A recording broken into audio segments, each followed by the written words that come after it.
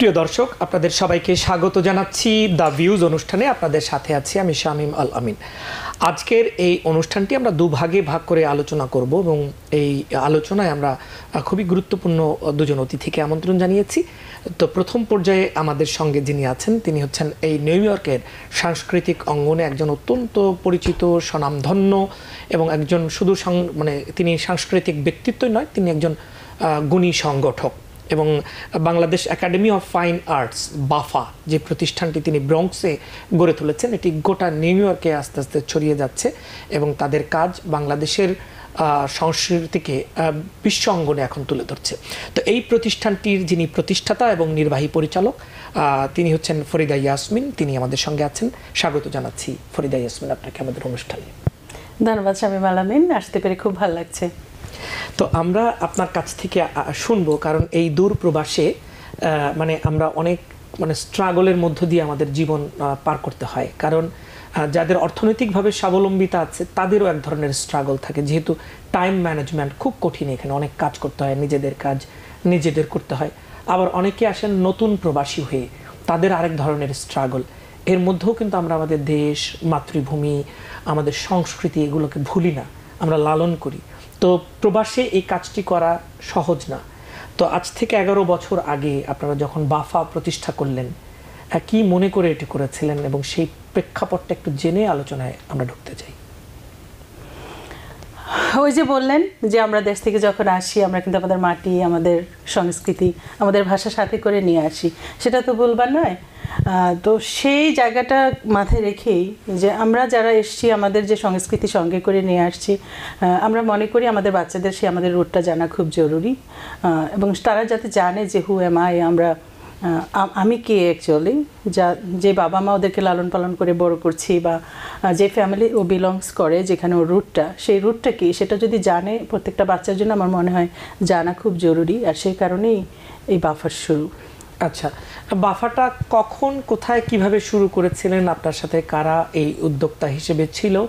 এবং আমরা তারপরে এর এগিয়ে চলার পথ আমরা শুনবো, ভবিষ্যৎ পরিকল্পনাও শুনবো। আরেকটু যদি আমরা শুনি যে কিভাবে শুরু করেছিলেন কাজটা তখন। সে প্রায় 2006 সালের কথা। জি, আমি যখন নিউ ইয়র্কে আসি, খুব বেশি বড় ছিলাম না, আমি অল্প বয়সে এসেছি। আমার ছোট্ট একটি মেয়ে, তাকে হাতে করে নিয়ে এসেছি। তখন আমার বয়স কত হবে, 21 কিংবা 22 এরকম। তো সেই সময় তো আমি মহিলাদের নিয়ে কাজ করতাম। একটা সংগঠন ছিল না, এখনো আছে, যার নাম হচ্ছে ব্রঙ্কস বাংলাদেশ উইমেন্স অ্যাসোসিয়েশন। তো সেই সময়টা তো এখন যত আপনি অ্যাভেলেবল বাংলাদেশি দেখছেন বা আমরা পাচ্ছি, এতটা তো ছিল না। আর আমার ফ্যামিলি বলতে আসলে তেমন কেউ ছিল না। আমি বোধহয় ফার্স্ট আমার ফ্যামিলি বলতে যাবো যে আমার হাজব্যান্ড, আমার সন্তান, এই 3 জন মিলেই ছিলাম আমরা ফ্যামিলি। তো আমারও যেমন মানুষের সঙ্গটা ভালো লাগতো, আমি জয়েন্ট ফ্যামিলিতে বড় হয়েছি, তেমনি আমি অনেক ফ্যামিলি দেখতাম, they wants to do something, but যেটা হয় না, যে কাজ করছি, ঘরে ঘুমোচ্ছে, খাচ্ছে, দিন শেষে মনে হয় যে শুধু কাজের জন্য এই দেশে পড়ে আছে। তো তাদেরকে নিয়েই আমার সংগঠন তৈরি হয়েছিল, ব্রঙ্কস বাংলাদেশ উইমেন্স অ্যাসোসিয়েশন। তাদেরকে নিয়েই আপনি Bangladesh Academy of Fine arts শুরু করেছিলেন? না, সেই জায়গা থেকে যখন আমরা অনেকদিন মহিলাদের বিভিন্ন বিষয় নিয়ে কাজ করেছি, সে ডিটেলস আর আজকে যাব না, যেহেতু বাফা নিয়ে কাজ করছি। তো একটা সময় 2006 থেকে 2010 পর্যন্ত আমরা শুধু উইমেন্স অ্যাসোসিয়েশনকে নিয়ে কাজ করছি, ওটা রিলেটেড। 2010 সালে আমাদের মনে হলো যে আমরা তো ছড়িয়ে ছিটিয়ে বিভিন্ন কালচারাল প্রোগ্রাম করি, হোয়াই নট আমরা স্টিক টুগেদার করে, যে আমাদের বাচ্চারা শিখছে, প্লাস আমরা অন্য বাচ্চারাও যাতে আমাদের এই সার্ভিসটা পায়, যে কাজগুলো আমরা করতে চাচ্ছি, সেভাবে একটা স্কুল আকারে কিছু তৈরি করা যায় কিনা। তখন আমি খুঁজছিলাম আসলে কিভাবে শুরু করা যায়, নামটা কি হতে পারে, কাকে নিয়ে শুরু করা যায়। কারণ আপনি জানেন আমি আর্টিস্ট না, আমি শুধু একজন সংগঠক মাত্র। তো সে কাজটা করতে গেলে আমার ডান্স টিচার দরকার, সঙ্গীত শিক্ষক দরকার, হ্যাঁ, বাংলাটা হয়তো আমরা পড়াতে পারতাম। তো তখন আমি খুঁজতে থাকি। সেই সময়তে আমার পরিচয় হয় উদিসি যুক্তরাষ্ট্রের মাধ্যমে অনুপ কুমার দাসের সাথে। উনি প্রয়াত হয়েছেন, ওনার প্রতি শ্রদ্ধা জানাচ্ছি তার প্রতি। তো তাকে নিয়েই শুরু করি এবং সেই সাথে আমার উইমেন্স অ্যাসোসিয়েশনের কিছু মেম্বার, শামিমারা বেগম, ফারজানা ইয়াসমিন, আরও যারা ছিল কয়েকজন, যারা একটু উদ্যমী ছিল কাজের ব্যাপারে, তাদেরকে নিয়ে শুরু করেছেন। বাফা আপনি যখন শুরু করেছিলেন, এর কলেবর বা পরিসর তখন নিশ্চয়ই যে কোনো কিছু শুরু করলে ছোটই থাকে, সেখান থেকে আস্তে আস্তে বড় হয়। এবং আমরা দেখছি যে বাফা এখন অনেক এগিয়েছে, অনেক সুন্দর একটি প্রতিষ্ঠান। এখান থেকে যারা সঙ্গীত, নাচ কিংবা অন্যান্য কিছু শিখছে, তারা এখন শুধু সোসাইটির মধ্যে না বা কমিউনিটির মধ্যে না, আমাদের মূল ধারা আমেরিকার আমাদের বাংলাদেশের সংস্কৃতিকে তুলে ধরছে। তো আমি জানতে চাই যে বাফায় আপনারা কিভাবে ক্লাসগুলো নেন, এবং আমরা জানি জ্যামাইকাতেও সম্ভবত আপনাদের আরেকটি ব্রাঞ্চ ওপেন হয়েছে কুইন্সে। তো সব মিলে একটু যদি বলেন যে কয়টি ক্লাস হয়, কিভাবে হয়, কবে কবে হয়, আমাদের অভিভাবক যারা এই মুহূর্তে টেলিভিশনে দেখছেন তারা কিভাবে আপনাদের সাথে যুক্ত হতে পারেন। আমরা ব্রঞ্জে ক্লাস করি স্যাটারডে এবং সানডে 2 দিন, আর কুইন্সে আমাদের প্রতি শুক্রবার ফ্রাইডেতে ক্লাস হয়। কখন? বিকেল 5টা থেকে শুরু করে আমরা রাত্রে 9টা পর্যন্ত ক্লাস করি। আমাদের যে কুইন্স শাখাটি আছে সেখানে এটি হয় প্রতি শুক্রবার মেরি লুইস একাডেমিতে। আর ব্রঞ্জে আমাদের ছোট্ট একটি স্টুডিও আছে, ইজ নট টু বিগ। আমরা সেই মানে আমাদের মতো করে একটি নিজের জায়গা করতে পেরেছি, সেখানে আমরা প্রতি শনি এবং রবিবার ক্লাস করি।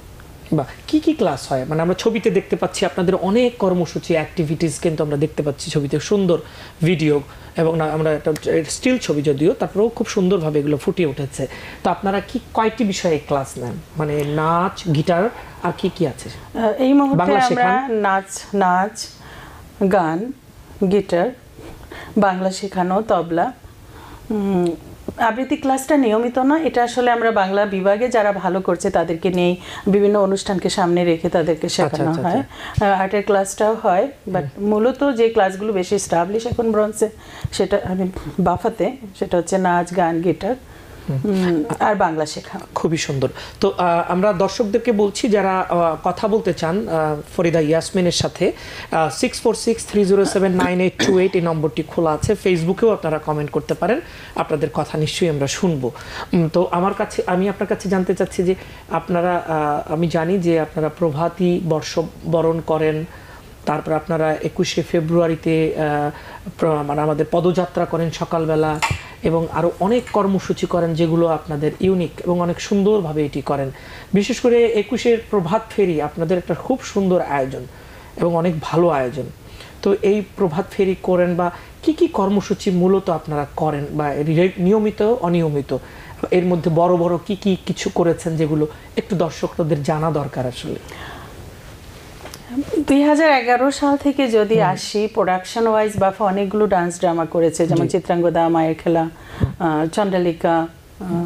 সবশেষে আমরা যে ডান্স ড্রামাটি করি সেটা হচ্ছে জসীমউদ্দিনের নকশিকাঁথার মাঠ। হ্যাঁ, আর অনুষ্ঠানের জায়গায় যদি বলি, সেটা হচ্ছে আমরা বৎসরে 4টি অনুষ্ঠান, মূল অনুষ্ঠান আমরা করি। একটা হচ্ছে প্রভাত ফেরি 21-এর, একটা হচ্ছে বৈশাখ, একটা আমাদের অ্যানুয়াল প্রোগ্রাম, আরেকটা প্রোগ্রাম 21-এরই আমরা 2 দিন ব্যাপী প্রোগ্রাম করি। একটা হচ্ছে প্রভাত ফেরি করি, আর একটা মূল মঞ্চে অনুষ্ঠান করি। তো এই 4টি অনুষ্ঠান আমাদের করতেই হয়, এগুলো আমাদের বার্ষিক অনুষ্ঠান। পাশাপাশি যখন কমিউনিটির সাথে যেহেতু কাজ করি, কমিউনিটির যে কোনো প্রোগ্রামে যখন যারা ডাকে সেখানে কাজ করি। মূল মঞ্চে যদি বলেন তাহলে আমরা যাদের সঙ্গে এই মুহূর্তে যাদের সাথে কাজ করছি, ম্যাট মিউজিক, যেটা মিউজিয়াম ম্যানহাটনে, যেটা ওদের সাথে কাজ করছি। Bronze council on the arts, তাদের সাথে করছি। মূলধারা বলবো না এটাকে, অন্য ভাষাভাষী মানুষ যারা বিভিন্ন কালচারাল কর্মকাণ্ড করে, বিশেষ করে bronze music and heritage centre একটা সংগঠন আছে, দে আর ভেরি বিগ, ওদের সাথে আমরা কাজ করি। লাইব্রেরিগুলোর সাথে সম্পৃক্ত হয়ে কাজ করি। কনসুলেট বা মিশন, এখানে যারা বাংলাদেশকে রিপ্রেজেন্ট করে, যখন তাদের দরকার হয় আমরা তাদের হয়েও কাজ করি। সো মূলধারা এবং বাংলাদেশি কমিউনিটি 2 জায়গায় বাফা কাজ করছে। চমৎকার, আপনি একটা ভালো কথাও বলেছেন। সেটি হচ্ছে আসলে যখন আমরা আমেরিকায় থাকি, এবং আমেরিকাই তো আমাদের দেশ, এবং তখন আমরা যেহেতু আমরা এসেছি আরেকটি জায়গা থেকে, অনেকের জন্ম এখানে, ফলে একটা মানে অন্য সংস্কৃতির সাথে একটা সেতু বন্ধন তৈরি হয়। পৃথিবীর এমন কোনো দেশ নেই যার অন্তত একজন মানুষ এই আমেরিকায়, অন্তত বা নিউ ইয়র্কে না থাকে। ফলে এত মানুষের সংস্কৃতি, এত দেশের সংস্কৃতি সব মিলেমিশে কিন্তু একটা ধারা। ফলে এখানে আসলে মূলধারা বলতে আমরা বোঝাতে চাই যে আমেরিকার একেবারে মূল কেন্দ্রে পৌঁছানোর, কিন্তু ব্যাপারটি তা না। আমাদের সংস্কৃতি মিশে যাবে আমেরিকার সংস্কৃতির সাথে, সব মিলে তো একটা ধারা, আসলে এটা ভালো। মূলধারা বলতে আসলে এখানে তেমন কোনো কথা আছে বলে নিশ্চয়ই নিশ্চয়ই এটা বোঝাতে যে একটা কেন্দ্রের, এখানে আমেরিকার ক্ষেত্রে এটি নেই, এটি সারা পৃথিবীর মানুষের একটা, আমরা সবাই আমেরিকান তো, রাইট? আমি এশিয়ান আমেরিকান, আরেকজন আফ্রিকান আমেরিকান, আরেকজন স্প্যানিশ আমেরিকান, সো সবাই আমরা আমেরিকান। সো এখানে মূলধারা বলতে কিছু না, আমরা সবাই মূলধারা। খুব সুন্দর কথা। তো আমরা শুধু বলতে চাই যে এটি অনেক বেশি মানুষের, অন্য ভাষাভাষী মানুষের অ্যাটেনশনটা নিচ্ছে কিনা, আমাদের সংস্কৃতি তারা দেখে তাদের কেমন লাগে। Because people sneeze. Because not everyone washes their hands. Because kids touch a lot of things. Set a date to get your flu and COVID shots and RSV if eligible. Because if you're wondering, should I get my flu and COVID shots? Think about other people. Learn more at nj.gov/health/vaccines. আমার নিজের না বলতে ভাল লাগছে যে যতটা আমি বলতে পারবো তার চেয়ে অনেক বেশি এরা নিচ্ছে। যেমন আমি বাংলাদেশি, আমি বলবো না এখানে ছোট করে কিছু বলছি না, যে বাংলাদেশে বিভিন্ন কমিউনিটির প্রোগ্রামে যখন আমার বাচ্চারা যায় তারা না যতটা এনজয় করে, আমার মনে হয় মূলধারা যেটাকে বলছেন অন্য ভাষাভাষী মানুষের যে প্রোগ্রামগুলো আমরা করি, দে অ্যাপ্রিসিয়েট আ লট। কারণ তারা এত বেশি অ্যাপ্রিসিয়েট করে আমাদের সংস্কৃতিটাকে, যে একেবারে হচ্ছে ক্লাসিক্যাল, দেন কালারফুল, সব মিলিয়ে ইভেন দ্য ফোকটাও they enjoy a lot. So ওখানে গিয়ে আমরা যখন একটা প্রোগ্রাম শেষ করি আমাদের মনে হয় আমরা খুব প্রাউড ফিল করি যে আমরা কিছু একটা করেছি। So that much they love us. চমৎকার। এর কারণ আমরা হয়তো বা যে যেটি বলি যে আমার কাছে থাকলে আমি গুণের মানুষকে অতটা বুঝিও না, বা আমি যা দেখি সব সময় সেটা হয়তো বা আমার কাছে মনে হয় তো আমি দেখি, এ কারণে হতে পারে। কিন্তু তারপরেও আমি মনে করি আমাদের সকলেরই সেটাকে অ্যাপ্রিসিয়েট করা উচিত। আমাদের সন্তানেরা এখানে বেড়ে উঠছে একটা অন্য আনন্দ নিয়ে, এবং নিশ্চয়ই করেও, তবে অন্য ভাষাভাষীর মানুষ দেখবে, এটি তো আমাদের আনন্দ, আসলে খুবই আনন্দ। তো আমরা আসলে এবার একটু জানতে চাই, নিশ্চয়ই আপনারা অনেক কিছু করেছেন এবং কমিউনিটির অনেক গুরুত্বপূর্ণ ভূমিকা রাখছেন। বাচ্চাদের, শিশুদের মনস্তাত্ত্বিক বিকাশে এক্সট্রা কারিকুলার অ্যাক্টিভিটি খুবই জরুরি। সেই জায়গা থেকে যদি আপনি আমাদের যে মা বাবারা দেখছেন, কেন আমাদেরকে এই ধরনের সাংস্কৃতিক কর্মকাণ্ডে, একটা তো আমাদের শেকড়ের সাথে সন্ধান, আরেকটু হচ্ছে আমার মন ভালো রাখা, আমার এটা পড়ালেখা নষ্ট করে না, এটা আরো এগিয়ে দেয় বাচ্চাকে। আপনি যদি আপনার অভিজ্ঞতা থেকে বলেন। অনেক ইম্পর্ট্যান্ট একটা কথা, এটা নিয়ে আমি একটু বেশি সময় নিয়ে কথা বলতে পারি? অবশ্যই। হ্যাঁ, অনেক বাবা মা মনে করে যে আপনার বাচ্চা বাংলা শিখবে বা বাংলাদেশি স্কুলে যাবে, কালচারাল স্কুলে ওয়েস্টিং টাইম, কিন্তু সব বাবা মা না, তাহলে তো স্কুলগুলো চলতো না।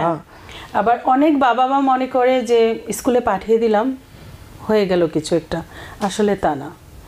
এই যে আমরা বাচ্চাদের নিয়ে কাজ করছি এবং আপনার বাচ্চা আমার স্কুলে আসছে, এটা হচ্ছে দুই পক্ষের একটা বিষয়। হ্যাঁ, আমি বলতে পারবো না যে আমি খুব ভালো কাজ করছি আপনাকে ছাড়া। সো অভিভাবক যতটা ইম্পর্টেন্ট, আমরা যারা স্কুল পরিচালনা করি তারা ততটাই ইম্পর্টেন্ট। সো দুই জায়গায় যদি একসঙ্গে কথা হয়, যে আমি একটা জিনিস চাচ্ছি, প্যারেন্টস বুঝাচ্ছে যে হ্যাঁ আন্টি যেটা বলছে এটা রাইট বলছে, দেন একটা বাচ্চা যেভাবে তৈরি হয় সে তাকে নিয়ে আমরা অহংকার করতে পারি। যেমন সেই ক্ষেত্রে আমি আমার মেয়ের কথা বলতে পারি, কারণ টিচার যা বলতো তার বাইরে আমি একটি বারও যাইনি। আর দ্যাটস ওয়াই আপনারা চিনেন এখন মার্জিয়া স্মৃতিকে। মার্জিয়া স্মৃতি সে আপনার মেয়ে হিসেবে নয়, নিজের গুণেই সে বাংলাদেশের একজন, শুধু আমেরিকান না, বাংলাদেশেরই একজন কৃতি নৃত্যশিল্পী হিসেবেই আমরা তাকে গণ্য করি। তো সেই কাজটা কেমন করে হয়েছে, কারণ আমি সবসময় চেষ্টা করেছি যে স্কুলের সাথে কোলাবোরেট করতে, স্কুলের সাথে যে স্কুল কি চাচ্ছে। আবার ওর মেধাও ছিল, সেটা সে গণিত ছিল, সে কারণেই আমরা পেরেছি। সব বাচ্চাই যে একরকম করে পারবে তা না। আর মনস্তাত্ত্বিক বিকাশের কথা যদি বলেন, আমি মনে করি that's the best way to do helping your kids. কারণ অনেক বাচ্চারা নানান সমস্যায় থাকে এখানে। কোনো বাচ্চা ড্রাগ নিচ্ছে, আমরা যে কমিউনিটিতে বসবাস করি আন্ডার সার্ভ কমিউনিটি, সারাদিন একটা বাচ্চা ফোন নিয়ে পড়ে আছে, টিকটক করছে, এটা করছে ওটা করছে। কিন্তু একটা বাচ্চা যখন কালচারাল স্কুলে যায় ওই সময়টা তারা কম পায়, কারণ তাদের হোমওয়ার্ক দেওয়া হয়, তাদের বিভিন্ন অ্যাসাইনমেন্ট দেওয়া হয়, তাদের প্রোগ্রাম থাকে, সেটা নিয়ে তাদের চিন্তা ভাবনা করতে হয় ছুটির দিনগুলোতে। তারা যখন এখানে আসে, নাচটা তো একটা আর্ট, তো সাথে এটা একটা আমি মনে করি একটা প্রার্থনার বিষয়। ইভেন তো ইনস্ট্রুমেন্ট যখন তারা প্লে করে, আমি মনে করি ওইটাও একটা প্রার্থনার মতো।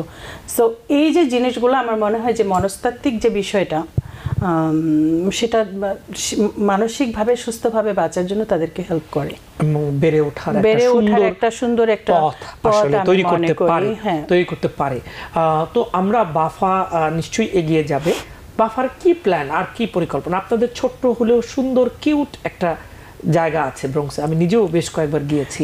মাসান্তের বৈঠক করেন, খুবই সুন্দর, মানে অনেক মানুষ সেখানে আসেন, বিষয় ভিত্তিক নানা আয়োজন থাকে। শুধু যে গান শেখাচ্ছেন তাই নয়, একত্রিত করছেন মানুষগুলোকে, মানুষ কিছু ভালো সময় পাচ্ছে এবং গুণী মানুষরা এসে কথা বলছে, এটি একটি ইম্পর্টেন্ট বিষয়। এই ভবন হয়তো বা আরো বড় হবে ভবিষ্যতে। তো আমি জানতে চাই যে বাফাকে নিয়ে পরিকল্পনাটা কি? ওকে, আমি একটু মাসান্তের বৈঠক সম্পর্কে যদি বলি, সেটা হচ্ছে, আপনি তো জানেন বাফার একটা স্লোগান আছে, বাংলা সংস্কৃতি চর্চা এবং শিক্ষা কেন্দ্র। তো সেখানে আমরা শুধু শেখাচ্ছি তা না, ওখানে চর্চা করছি। সেই চর্চার যে জায়গাটা অ্যাকচুয়ালি এটা হচ্ছে অ্যাডাল্টদের প্ল্যাটফর্ম, বড়দের একটা প্ল্যাটফর্ম। তো সেই জায়গাটিতে আমরা বিষয়ভিত্তিক যেটা, যখন সেখানে শিল্প আসতে পারে, সংস্কৃতি আসতে পারে, সাহিত্য আসতে পারে, সব ধরনের বিষয় নিয়ে আমরা কাজ করি। তো সেই জায়গায় যেহেতু আমাদের ছোট্ট একটি জায়গা আছে, সেখানে আপনারা আসেন, আপনাদের মতো যারা গুণী মানুষরা আসে, আপনাদের কাছ থেকে আমাদের অনেক শেখার থাকে, যেটা আমি জানি না হয়তো শিখি। তো এই যে আদান প্রদান, চর্চা যে একটা ব্যাপার, ওইটা আমরা খুব এনজয় করি এবং ওইটা আমরা কন্টিনিউ করবো। আমি মনে করি that's the good thing BAFA doing. আচ্ছা, ওকে। আর ভবিষ্যৎ পরিকল্পনার কথা যদি বলেন বাফার, আমরা চাই যে আমাদের ক্লাসগুলো, যে আমি অন্য সংগঠন এক একটা সংগঠনের এক একটা নিয়ম আছে, দে ফলো দেয়ার ওন থিঙ্কিং, কিন্তু আমরা যেভাবে ভাবি যে ব্যাপারটা কিভাবে পরিচালনা করব, আমাদের কাছে আসলে কোয়ান্টিটি ইম্পর্টেন্ট না, যে কতজন বাচ্চা বাফায় আসছে, কারণ কোয়ালিটিটা একটু ইম্পর্টেন্ট আমাদের কাছে। আমরা চাই বাচ্চাগুলো ভালোভাবে শিখুক।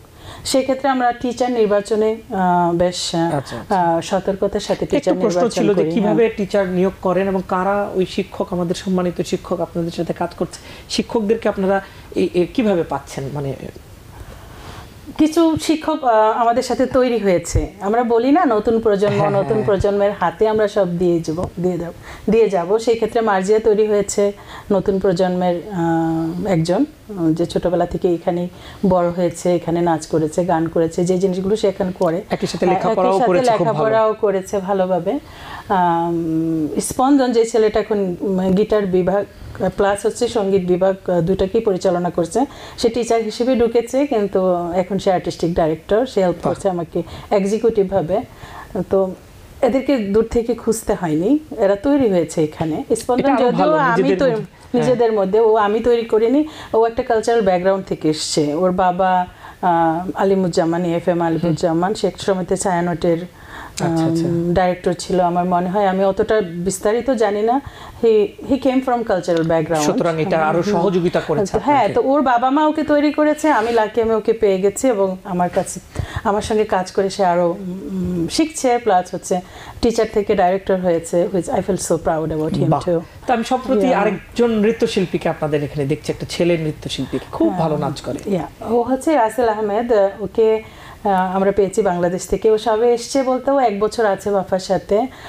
হি is also very good teacher and choreographer, I feel so proud about him too. So সেও কিন্তু নতুন প্রজন্ম, আমার মেয়ের বয়সী। তো সেক্ষেত্রে আমরা বলবো বাফা যাদের দ্বারা পরিচালিত হচ্ছে, মোটামুটি নতুন প্রজন্মের শিক্ষক শিক্ষিকারা কাজ করছেন, তারুণ্যের একটা ঝংকার আছে। ক্লাসিক্যাল যেটা ভরতনাট্যম এবং কত্থক, যে পিওর ক্লাসিক্যালটা যে শেখায়, সে চাচি পেনি, ও ইন্ডিয়ান, ওর একটা স্কুল আছে ব্রডওয়েতে, প্লাস আমাদের এখানে পার্ট টাইম সে নাচ শেখাচ্ছে, ব্রন্সে এসে শেখাচ্ছে, সেও নতুন প্রজন্ম। সো আমি বলবো যে সব নতুন প্রজন্মের আনাগোনায় ব্রন্স মানে বাফাতে, এবং তারা খুব ভালোভাবে করছে। ওয়ান্ডারফুল, খুবই সুন্দর এবং খুবই চমৎকার। আপনার কাছে আমার যে প্রশ্নটি হচ্ছে যে এর ফাইন্যান্স, মানে এটা কি শুধুমাত্র বেতন নির্ভর, নাকি এটা তাহলে কিভাবে? এটা তো অনেক বড় কর্মযজ্ঞ আমাদের মানে প্রশাসন থেকে, নিউ ইয়র্ক সিটি, তারা কি সহযোগিতা করে এটা পেতে কি? এটা পেতে, এটা আসলে আমি একটু দেরিতে শুরু করছি। আমি যদি একটু আগে শুরু করতাম তাহলে বলতে পারতাম যে আমরা পুরোপুরি ফান্ডিং হচ্ছি সিটি থেকে। হ্যাঁ, ফান্ডিংটা আসলে আমি যখন অ্যাজ এক্সিকিউটিভ ডাইরেক্টর হিসেবে কাজ করেছিলাম, আমি ফান্ডিংটার দিকে খুব একটা নজর দিইনি। স্মৃতি যখন নির্বাহী পরিচালকের পদটা নিল, সেই সময়তে সে আসলে শুরু করেছে ফান্ডিংটা নিয়ে, এবং সে এমন একটা জায়গায় বাফাটাকে দাঁড় করিয়ে তারপরে আমাকে আবার দায়িত্বটা দিয়েছে।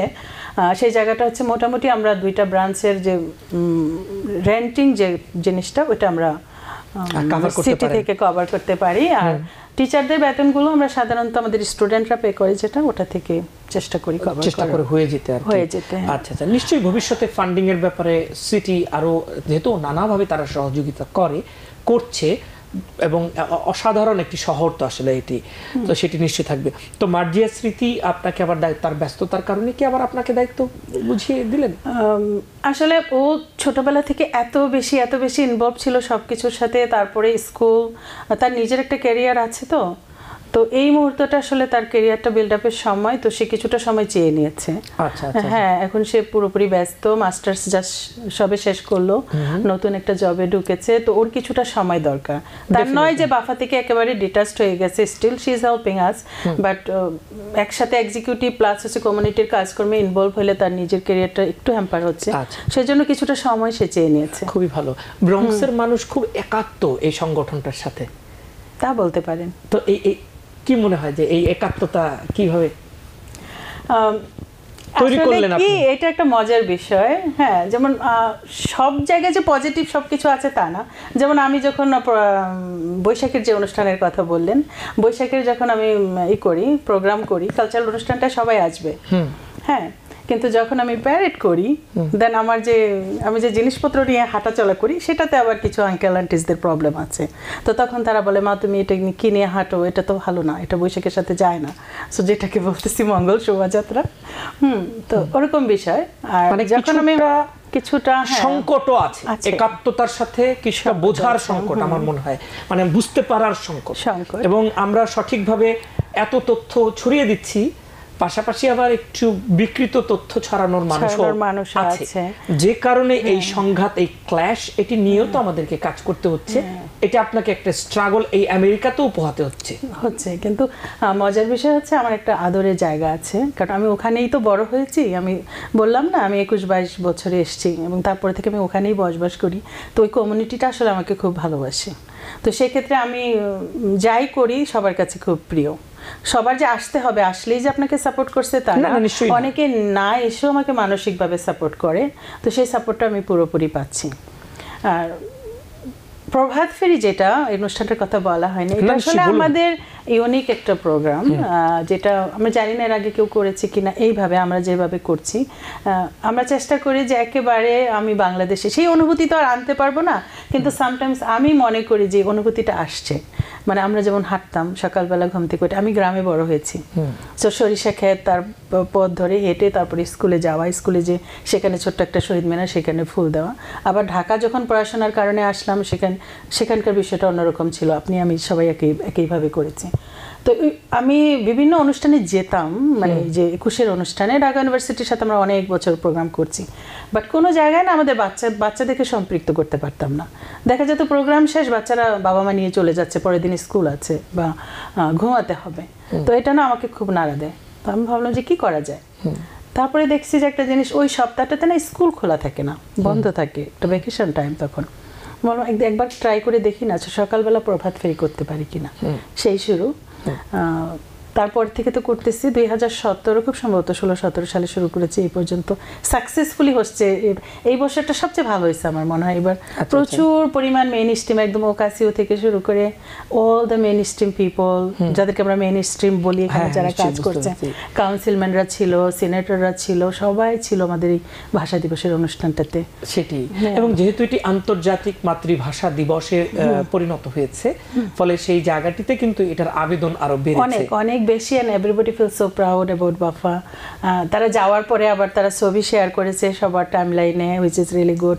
তারা আমাদেরকে ইমেল পাঠিয়েছে, থ্যাঙ্কস বলে যে খুব ভালো করছো। সো এই যে পাওয়াগুলি, এখন বাফাকে সবাই চেনে, হ্যাঁ, এই যে চেনানোর বিষয়টা ভাষা দিবসের মাধ্যমে বেশ ভালোভাবে চিনছে। যেখানে কিন্তু ল্যাঙ্গুয়েজ ইনিশিয়েটিভ যেটা এটা অনেক ইম্পর্টেন্ট একটা ব্যাপার। এই মুহূর্তে কি নিয়ে কাজ করছেন, মানে সামনে কি প্রোগ্রাম আসতে যাচ্ছে বাফার? বৈশাখের প্রোগ্রাম যেটা 4 তারিখে, এই মে মাসের 4 তারিখে শনিবার, এটা মিক্স কালচারাল অনুষ্ঠান যেমন হয়, নাচ থাকবে, গান থাকবে, কথা থাকবে, নাট্যাংশ থাকবে। কোথায় তো সব মিলে এটা ব্রনসিক হচ্ছে, এটা PS 106 এ একটা স্কুল অডিটোরিয়ামে। জি আচ্ছা আচ্ছা, ওপেন ফর অল নিশ্চয়ই সবার জন্য? Open for all, but if you want to make donation it could be accepted. আচ্ছা, না নিশ্চয়ই এরকম একটা প্রতিষ্ঠান চালাতে গেলে তো একটু ডোনেশনের ব্যাপার থাকেই, তো সেই জায়গা থেকে আপনি মানে নিশ্চয়ই এটা অবশ্যই এটা বলতে মানে বলাই উচিত।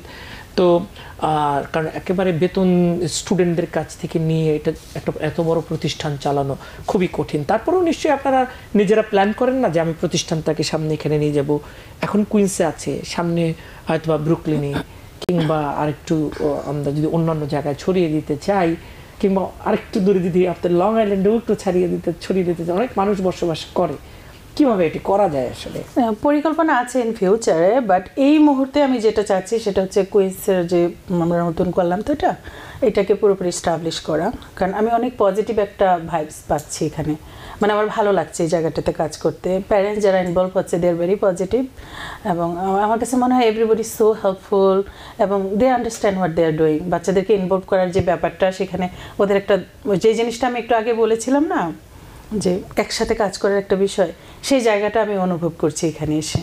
সো আমি চেষ্টা করব কুইন্সের ব্রাঞ্চটা যাতে আরও সুন্দর হয়, মজবুত হোক। তারপরে যদি অন্যেরা চায় যে লং আইল্যান্ডে যেতে হবে বা অন্য বড়োতে যেতে হবে, সেখানে আমরা চেষ্টা করি। রেসপন্সের উপরে নির্ভর করবে, রেসপন্সের উপরে এটি করা যায় যে সারা আমেরিকাতে যারা আমরা ছড়িয়ে ছিটিয়ে আছি অসংখ্য মানুষ, অনলাইনে কি আমরা এরকম সার্ভিস দিতে পারি, নাকি এটা ওইভাবে কার্যকর হয় না? অনলাইনে সার্ভিস কিন্তু আমরা দিয়েছি একটা সময়তে, যখন আমরা কোভিডের সময়তে আমরা শুরু করেছিলাম, 2 বছর পরে আমরা অনলাইনে কাজ করেছি। কিন্তু একটা সময়ের পরে হয় কি, অনলাইনে আসলে হয় না, আমরা যে কাজগুলি করি না এটা অনলাইনে হয় না, হয় কিন্তু যেমন করে চাই তেমনটি হয় না। সো আমরা অনলাইনে আসলে সার্ভিস দিতে চাচ্ছি না, আনলেস উই নিড টু। না, আমরা সেরকম প্রয়োজন চাই না যে কোভিডের মতো, কিন্তু খুব আগ্রহী মানুষকে সম্পৃক্ত করার অর্থে হতে পারে, যেহেতু কেউ বলবেন আমি তো অনেক দূরে থাকি, আমি তো একেবারে এমন একটা থাকি যেখানে আসলে সেই সুযোগ নাই, আমার মেয়েটা একটু সম্পৃক্ত হোক, এইটা যদি সেই সুযোগ ক্রিয়েট করা যায় তাইলে হলেও হতে পারে। আপনি কি মনে করেন? সেরকম যদি আসে, স্টুডেন্টরা আসে, প্যারেন্টসদের ডিমান্ড থাকে, দেন আমরা সেটা করব, নিশ্চয়ই করব। এবং কিছু সার্ভিস আমরা অনলাইনে দিচ্ছি, যেটা হচ্ছে কিছু ইয়াং অ্যাডাল্ট যারা আমেরিকাতে জন্মগ্রহণ করছে কিন্তু বাংলা বলে না, বাট যেটাতে বলি ল্যাঙ্গুয়েজ ইনিশিয়েটিভ এই দেশে এখন অনেক ইম্পর্টেন্ট একটা প্ল্যান। সিটি কিন্তু পয়সাও দিচ্ছে এই প্রোগ্রামগুলো করার জন্য, অনেকে করছে, ESL ক্লাস বলেন, ভাষা শেখানো, যে কোনো ভাষা শেখানো। তো বাংলা ভাষা জানে না, বাঙালি কিন্তু জানে না, বা ও একটা জবে যাবে কিন্তু ওই জবটা ডিমান্ড করছে তাকে বাংলা জানতে হবে, এরকম কিছু স্টুডেন্টও আমাদের আছে। তো শুরুতে হয়তো আসে এমনিতে ফিজিক্যালি, পরে বলে যে আন্টি আমরা কি একটু অনলাইনে শিখতে পারি? তো সেই ক্ষেত্রে আমি টিচার ঠিক করে দেই যে আপনি একটুখানি ওকে হাফ অ্যান আওয়ার করে সময় দিবেন। এটা জাস্ট হেল্পিংয়ের জন্য আমি করতেছি, যে বাচ্চাগুলির ভবিষ্যতের জন্য দরকার, সো কেন না আমরা হেল্প করি, দ্যাটস জাস্ট সোশ্যাল ওয়ার্ক। না না না, নিশ্চয়ই। আরেকটা হচ্ছে যে ধরুন আমরা আমাদের এই বাচ্চাদেরকে নিয়ে কি কখনো স্টেটের বাইরে প্রোগ্রাম করি, আমরা কি দেশের বাইরে প্রোগ্রাম করি, ইভেন আমরা কি বাংলাদেশে গিয়ে প্রোগ্রাম করি? বাংলাদেশে ওরকম টিম নিয়ে যাওয়া হয় না, কিন্তু গত বছর স্মৃতিকে নিয়ে গেলাম, আমরা শিল্পকলা প্রোগ্রাম করেছি ওকে নিয়ে। ইট ওয়াজ সো ওয়ান্ডারফুল, আমার অনেক ভালো একটা ফিলিংস হয়েছে সেখানে প্রোগ্রাম করে। ইন ফিউচারে হয়তো প্ল্যান করব। আর এইখানে আমরা মিশিগানে করেছি, ফ্লোরিডাতে করেছি, বিভিন্ন স্টেটে গিয়েছি। তো আপনারা গিয়েছেন, এবং দর্শক যারা দেখছেন আমি তাদেরকে অনুরোধ করব, বাফা খুব ভালো কাজ করে। আপনারা যদি মনে করেন, আমি জানি না ওনাদের কতটুকু সুযোগ আছে, কারণ বাচ্চাদেরও অনেক ব্যস্ততা থাকে, তো সব মিলে যাই হোক আমার মনে হয় আপনারা সেটি নজরে রাখবেন। তো ফরিদা ইয়াসমিন, ধন্যবাদ। আমরা একটা ছোট্ট বিরতিতে যাব, আপনাকে অসংখ্য ধন্যবাদ আপনি আমাদের সঙ্গে সময় দেওয়ার জন্য, এবং আমরা খুবই চমৎকার কিছু সময় আপনার সাথে কাটিয়েছি, অনেক ধন্যবাদ। আপনাকেও ধন্যবাদ। জি প্রিয় দর্শক, আমরা বাংলাদেশ একাডেমি অফ ফাইন আর্টসের নির্বাহী পরিচালক এবং প্রতিষ্ঠাতা ফরিদা ইয়াসমিনের সাথে কথা বলছিলাম। তিনি যেভাবে বাফাকে গড়ে তুলেছেন অনেককে সঙ্গে নিয়ে, এবং এটি এগিয়ে যাচ্ছে, আমরা তাদের প্রতিষ্ঠানটি অনেক এগিয়ে যাবে সেটি প্রত্যাশা করছি। ছোট্ট একটা বিরতির পর ফিরছি। Because people sneeze. Because not everyone washes their hands. Because kids touch a lot of things. Set a date to get your flu and COVID shots and RSV if eligible. Because if you're wondering, should I get my flu and COVID shots? Think about other people. Learn more at nj.gov/health/vaccines. প্রিয় দর্শক, স্বাগত জানাচ্ছি আপনাদের সবাইকে আরও একবার ফিরে এলাম দ্য ভিউজ অনুষ্ঠানের সঙ্গে আছেন এবার তোফায়েল চৌধুরী। তিনি প্রেসিডেন্ট আল মাইডিয়া মেকানিক্যালস এবং গ্রি মেকানিক্যালস ইয়ংকার্স এই প্রতিষ্ঠানটি, এবং আপনারা জানেন যে এটি ক্লিন হিট যে প্রযুক্তি সেটি নিয়ে কাজ করে। এর আগেও তিনি আমাদের সঙ্গে কথা বলেছেন, তাকে স্বাগত জানাচ্ছি। অসংখ্য ধন্যবাদ আপনাকে সময় দেওয়ার জন্য। ধন্যবাদ। এই ক্লিন হিট প্রযুক্তিটি আমার মনে হয় আরও একবার আমাদের দর্শকদেরকে যদি বলেন কিভাবে আপনারা কাজ করেন, সেবাটা কিভাবে দেন, কি কারণে ওদের দরকার দর্শকদের? ধন্যবাদ শামীম আল আমিন ভাই। আপনার মাধ্যমে টিভিএনের অগণিত দর্শক শ্রোতাকে এই অনুষ্ঠানে স্বাগত জানাচ্ছি। তা আমি প্রথমে শুরু করব ক্লিন হিট প্রোগ্রামটা কি। ক্লিন হিট টেকনোলজি হচ্ছে, আমরা আগে বলেছি এখানে ট্র্যাডিশনাল যে হিটিং সিস্টেম আছে আমাদের, এটা গ্যাস অথবা ওয়েলের মাধ্যমে হিটিং দেওয়া হয়। এইটার পরিবর্তে হিট পাম্প টেকনোলজি, যে নিউ টেকনোলজি বের হয়েছে, ওইটা আপনাদের অয়েল এবং গ্যাস লাগবে না, এবং ইলেকট্রিফিকেশনের মাধ্যমে এই হিটিং টেকনোলজিটা সবার ঘরে পৌঁছে দিই আমরা। এবং এটা সাশ্রয়ী, কারণ এটা হিট প্রডিউস করে না। আমরা আগেও বলেছি বিভিন্ন সময়, এটা জাস্ট ট্রান্সফার করে heat one place to another. এই জন্য এটাকে ক্লিন হিট টেকনোলজি বলে, এবং এখানে কার্বন ইমিশন হয় না বলে এটা পরিবেশ বান্ধব, এবং এটা সবার জন্য উপকারী। এটি কি শুধু হিট করে নাকি এটি ঠান্ডাও করে? না, এটা হিটিং এবং কুলিং দুইটা। এটা রিভার্স হিট পাম্প টেকনোলজি। এটা বিভিন্ন যেই টেম্পারেচারে হোক না কেন, আমি আগে বলেছি এটাতে বাইরের টেম্পারেচারে খুবই গরমের সময় কিছুটা ঠান্ডা আছে এবং ঠান্ডার সময় গরম আছে। এটা ঠান্ডা এবং মিলেই এই আবহাওয়াটা হয় আমাদের।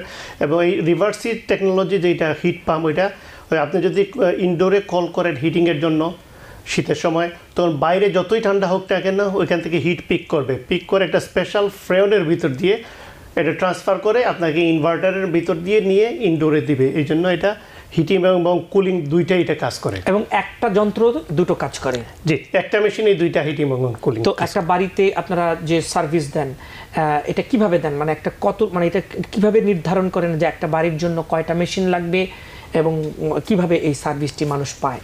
এটাকে বলে যে আমরা যখন আপনারা কাস্টমাররা এটা নিতে চায় তখন আমাদেরকে কল করার পরে আমাদের টেকনিশিয়ানটা বাসায় যায়। ওনারা যাওয়ার পরে হিট অ্যাসেস করে, এটাকে বলে ম্যানুয়াল যে ক্যালকুলেশন। এটা হলো রুম সাইজ অনুযায়ী আপনার অ্যাডেকুয়েট হিটিং কতটুকু দরকার।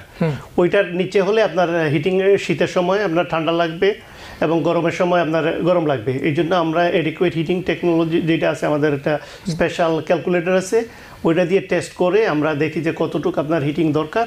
ওটা দেওয়ার পরে আমরা ক্যালকুলেশন করব কত হাজার বিটিউর আপনার মেশিন লাগবে ঘরে, ওই অনুযায়ী আপনাকে প্রাইস দেব। Very good. তো আমার প্রশ্ন হচ্ছে যে আপনি বলছেন এটা ইলেকট্রিসিটি দেওয়া হয়, আবার বলছেন সাশ্রয়ী, তো এটাতে ইলেকট্রিসিটি বিল অনেক বেশি হয় না? এটা ইলেকট্রিসিটি বিল বেশি হয় না। আমি আগেই বলেছি, একটা ছোট্ট উদাহরণ দিয়েছি যে এটা হিটটা ট্রান্সফার করে। এটা যদি বানাতো তাহলে অনেক বেশি বিল আসতো, কারণ হিট বানায় না, এই জন্য হিটের বিল কম আসে। তবে বিল আসবে, একটু বিল আসে, কিন্তু ওই রকম আসবে না। কারণ যদি আপনি মনে করেন যে ইলেকট্রিসিটি দিয়ে যদি আপনি চায়ের কেটলি গরম করেন, এক কাপ চা, এটা অনেক খরচ আসে। কিন্তু যে রিভার্সিস টেকনোলজি, যেটা হিট পাম্প, ওইটা ডিফারেন্ট ওয়েতে এটা হিট ট্রান্সফার করে স্পেশাল ফ্রেনের ভিতর দিয়ে, এই জন্য এটা বিল তুলনামূলকভাবে কম আসে। গুড। তো এখন এইটা তো আপনি যখন প্রতিস্থাপন করবেন, মানে আপনার বাসায় কারো লাগাবেন, এটা ওই ভদ্রলোকের বা ওই বাড়িতে যারা এটা মালিক, তাদের সকলের একটা খরচ আছে। তো সেই খরচটা কিভাবে নির্ধারিত হয়? সেই খরচটা যে আমি একটু আগে বললাম, যেটা আমরা বিটিউ ক্যালকুলেশনের করে আমরা দেখি কত মেশিন লাগবে, ওইটার অনুপাতে আমরা প্রাইস দিই। বিভিন্ন প্রোডাক্ট আছে, বিভিন্ন রকমের মেশিন আছে, এই জন্য আমরা সবসময় বিভিন্ন দামের আছে এবং বিভিন্ন মেটেরিয়াল আছে। আমরা চেষ্টা করি সবসময় ভালো কোয়ালিটির মেটেরিয়াল দিয়ে এটা ইনস্টল করতে। এই জন্য প্রাইসটা আমরা বলি যে এইভাবে এত ডলার প্রাইস আসবে, তার উপর একটা রিবেট আছে গভর্নমেন্টের। এটাই আমি এখন নেক্সট কোয়েশ্চেন করতে যাচ্ছিলাম, যে এই ক্লিন হিটের জন্য সরকারের একটা রিবেটস আছে, এটি কিভাবে পেতে পারে মানুষ? এটার টাকার অঙ্কটা কি লাভ? এই যে ক্লিন হিটের যে রিবেট, এটা পেতে হলে আমাদের সাথে যোগাযোগ করতে পারেন। আমরা গোল্ড কন্ট্রাক্টর কানাডিসন টেরিটরি এবং পিএসসিজি লং আইল্যান্ডে।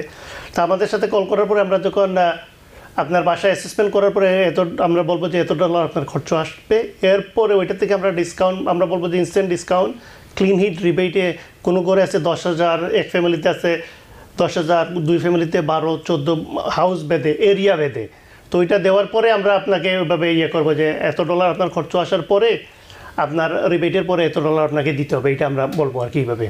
আচ্ছা আচ্ছা আচ্ছা। তো এই জায়গাতে ধরুন রিবেটস আমি শুনছি আপনি বলছিলেন আমার সাথে ব্যক্তিগত আলাপচারিতায় যে সেটির সময় নাকি শেষ হয়ে যাচ্ছে, সেটি নাকি থাকবে না, তাহলে এটা কেন থাকবে না? না, এটা এইভাবে যে আমরা যেটা শুনতে পারলাম, আমরা এটাকে কাউকে ভয় দেখানোর জন্য বলতেছি না, এটা জাস্ট একটা নিউজ যেটা পেয়েছি আমরা বিভিন্ন টেরিটরি থেকে, এবং কানাডিস্তান হয়তো একটা ডেট দিচ্ছে আমাদেরকে May 31। এরপরে হয়তো থাকবে না বা থাকবে এটা আমরা পুরোপুরি বলতে পারতেছি না। আমি এটাকে লিটারালি আপনারা না নেওয়ার জন্য আমি অনুরোধ করব, তবে কমতে পারে, রিবেটটা কমতে পারে, কারণ এক সময় 2 বছর আগে আমাদের অনেকেরই মনে আছে আমরা যখন এই প্রযুক্তিটা লাগানো শুরু করেছিলাম, হঠাৎ করে কিন্তু middle of I think it was in June or July, যখন অনেক কাস্টমার রেডি ছিল আমাদের লাগানোর জন্য, আমরা কিন্তু ওনাদেরকে আর ওই সার্ভিসটা দিতে পারি নাই। এই জন্য কানাডিয়ান থেকে যেটা বলছে আমাদেরকে May 31, আমি আশা করবো যারা লাগানোর আপনারা যোগাযোগ করেন এবং লাগান। তাহলে এই সময়ের মধ্যে হলে তো পূর্ণাঙ্গ রিবেটটা তারা পেতে পারে। এই সময়ের ভিতরে হলে পূর্ণাঙ্গ রিবেট, এই জন্য আপনাকে কুইকলি অ্যাক্ট করতে হবে। আচ্ছা আচ্ছা। তো এখন আমার প্রশ্ন হচ্ছে যে ধরুন আমার এখানে তো একটা অলরেডি হিটিং সিস্টেম আছে ইনবিল্ট, বা একটা বাড়ি বানানোর সময় যেটা আমরা হিটিং সিস্টেম করি, হয়তো বা আমার প্রতিটি রুমে একটি করে এসিও লাগানো আছে। এই হিটিং সিস্টেমটাকে আমি তুলে নিয়ে আমার এসিগুলো না হয় খুলে নিয়ে আমরা এক জায়গায় রেখে দিলাম, তো কিভাবে আবার নতুন করে এই অর্গানাইজ করবেন আপনারা? কি সেটা করে দেন, বা এটা করতে গেলে কতটা কর্মযোগ্য আসলে?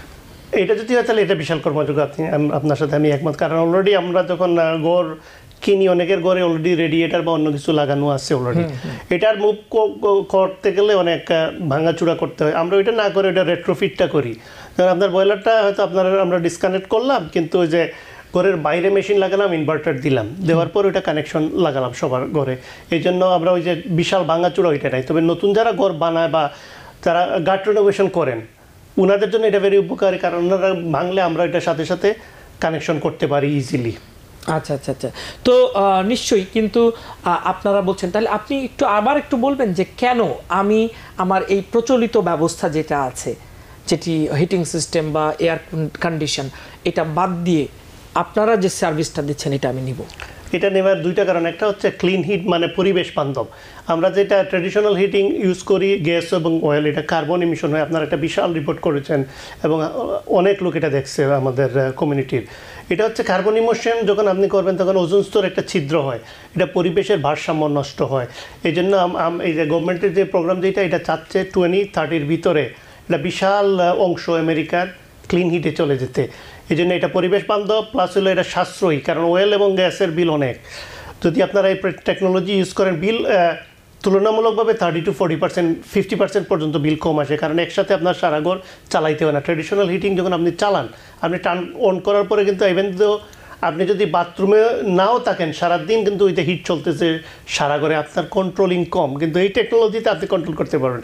আপনি মনে করেন লিভিং রুমে আছেন, আপনার লিভিং রুমে দরকার, আপনি লিভিং রুমে চালাইলেন, বেডরুমে হয়তো তখন দরকার নেই, আপনি বন্ধ রাখলেন, এটা কিন্তু কুইক আপনার ঘর হিট করে। ওই যে ট্র্যাডিশনাল যে রেডিয়েটারের ভিতর দিয়ে হিটিং দিয়ে সারাদিন চলার পরে অনেকক্ষণ লাগে, এটা হিট হইতে ওইভাবে না, এটা কিন্তু কুইক হিট হয়। কিন্তু আমরা হয়তো অনেকের ইউজ টু হইতে এটা বাকি আছে, ওই হিটটা ডিফারেন্ট হিট, কিন্তু এটা ভেরি গুড, স্বাস্থ্যসম্মত। আপনার বয়লার রুমে এটা গন্ধ নাই, কিছু নাই, গ্যাস বার্নিংয়ের কোনো ইয়ে নাই, এবং পরিবেশ বান্ধব। এটার জন্য আমি সবাইকে এটা লাগানো উচিত বলে আমি মনে করি। লাস্টের যে সেই ইনফরমেশনটা খুবই দারুণ, যে আসলে আমরা যখন হিটিং দেই তখন সারা বাড়িতে চলতেই থাকে, এবং একটা পর্যায়ে কিন্তু অনেকের খারাপও লাগে হিটের জন্য, সারা বছর হিটের মধ্যে থাকাটা স্বাস্থ্যসম্মত না, কিন্তু করার কিছু নাই। আর এটা হচ্ছে যে আপনি বলছেন যে রুমে আপনার প্রয়োজন সেখানে এটা করতে পারবেন, এটা সেই দিক থেকেও একটা সাশ্রয় করা যায়, এবং আপনার গ্যাস এবং অয়েলের তো একটা খরচ আছেই। সুতরাং ইলেকট্রিসিটি বিল কিছুটা আপনার ভাষ্য অনুযায়ী বাড়বে, তবে সেটি অনেক না সেই তুলনায়, এই তো? জি, এটা অনেক না। এবং আমি বলবো যে যারা এটা লাগাইছেন বা অগ্নিতে লাগাবেন, তা আপনারা সোলারেরও চিন্তা করতে পারেন, কারণ আপনারা করেন না, আমরা এটা করি না, তবে আমরা এটা সাজেস্ট করবো কাস্টমারকে, এটা দেখেন আপনি এবং এটা লাগান। কারণ সোলার হলে আপনি আপনার নিজের ইলেকট্রিসিটি যে দরকার, যেটা কনজাম্পশন আপনি নিজে প্রডিউস করতে পারবেন। কারণ আমেরিকায় কিন্তু সান অনেক সান আছে, নিউ ইয়র্ক সিটি বা সারাউন্ডিং এরিয়ায়, সানের লেভেলটা কিন্তু ভেরি হাই। তো আমি আশা করবো ওইটাও আপনারা লাগাইতে পারেন এবং এটার সাথে এটা টুগেদার খুব ভালো ফলাফল আমি আশা করি সবাই পাবেন। এক্সেলেন্ট। তারপর দর্শকদের জন্য আজকের জন্য শেষ কি বলবেন ছোট করে? ছোট্ট করে এটি বলবো যে এটা ক্লিনিক টেকনোলজিতে আপনারা আসেন এবং এটা এই সুযোগটা নেন, গভর্নমেন্টের ফান্ডিংয়ের সুযোগটা নেন। আমরা নিউ ইয়র্ক সিটি এবং সারাউন্ডিং এরিয়ায় অত্যন্ত সততা এবং বিশ্বস্ততার সাথে আমরা এই সার্ভিসটা দিয়ে যাচ্ছি এবং আপনারা আমাদের অফিসে যোগাযোগ করতে পারেন। আমি নাম্বারটা বলে দিই। অসংখ্য ধন্যবাদ আপনাকে। আমরা 1900 সেন্ট্রাল পার্ক অ্যাভিনিউয়ে, আমাদের অফিস নাম্বার হচ্ছে 9142229477। আপনারা আমাদেরকে কল করে যে কোনো পরামর্শ আপনারা লাগান বা না লাগান আপনাকে অসংখ্য ধন্যবাদ তোফায়েল চৌধুরী আমাদেরকে সময় দেবার জন্য। আশা করছি ভবিষ্যতে আবারও আপনার সাথে আমাদের দেখা হবে, নিশ্চয়ই দেখা হবে। ভালো থাকবেন। ধন্যবাদ আপনাকে। প্রিয় দর্শক, যারা এতক্ষণ আমাদের সঙ্গে ছিলেন, ক্লিন হিট প্রযুক্তি কি এবং এটি কেন দরকার এ নিয়ে আমরা কথা বললাম আজকের আয়োজনে এই পর্বে, এবং আশা করছি আপনারা অনেক তথ্য পেয়েছেন। সিদ্ধান্ত আপনারা নিজেদের মতো নেবেন, কারণ আপনারা নিয়মিত শুধু TVN 24 টেলিভিশন দেখেন এবং আপনারা দুনিয়ার সব খবর নিশ্চয়ই আপনাদের হাতের মুঠোয়। সুতরাং এই বিষয়ে আপনারা নিজেদের সিদ্ধান্ত নেবেন। সবাই ভালো থাকুন এবং নিরাপদে থাকুন। TVN 24 টেলিভিশন দেখতে আজই কল করুন 7187776556। লগ ইন করুন www.totalcablebd.com। নিউ ইয়র্ক থেকে সম্প্রচারিত TVN 24 টেলিভিশন বিশ্বজুড়ে বাঙালির কণ্ঠস্বর।